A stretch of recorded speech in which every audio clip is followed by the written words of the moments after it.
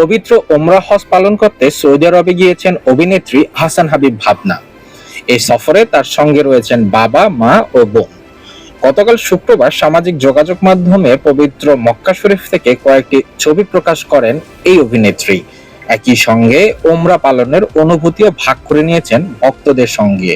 ভাবনা লিখেছেন, যে মুহূর্তে প্রথমবার কাবা শরীফের দিকে আমার চোখ পড়ল, তখন যেন সব ভাষা হারিয়ে গেল। আমার অনুভূতি গভীরতা, হৃদয় ভরা প্রশান্তি আর কৃতজ্ঞতার সেই ঢেউ, এসব সত্যই কোনো শব্দে প্রকাশ করা সম্ভব নয়। তিনি আরো লেখেন, জীবনের এই পরম সৌভাগ্যের জন্য আল্লাহর প্রতি গভীর কৃতজ্ঞতা।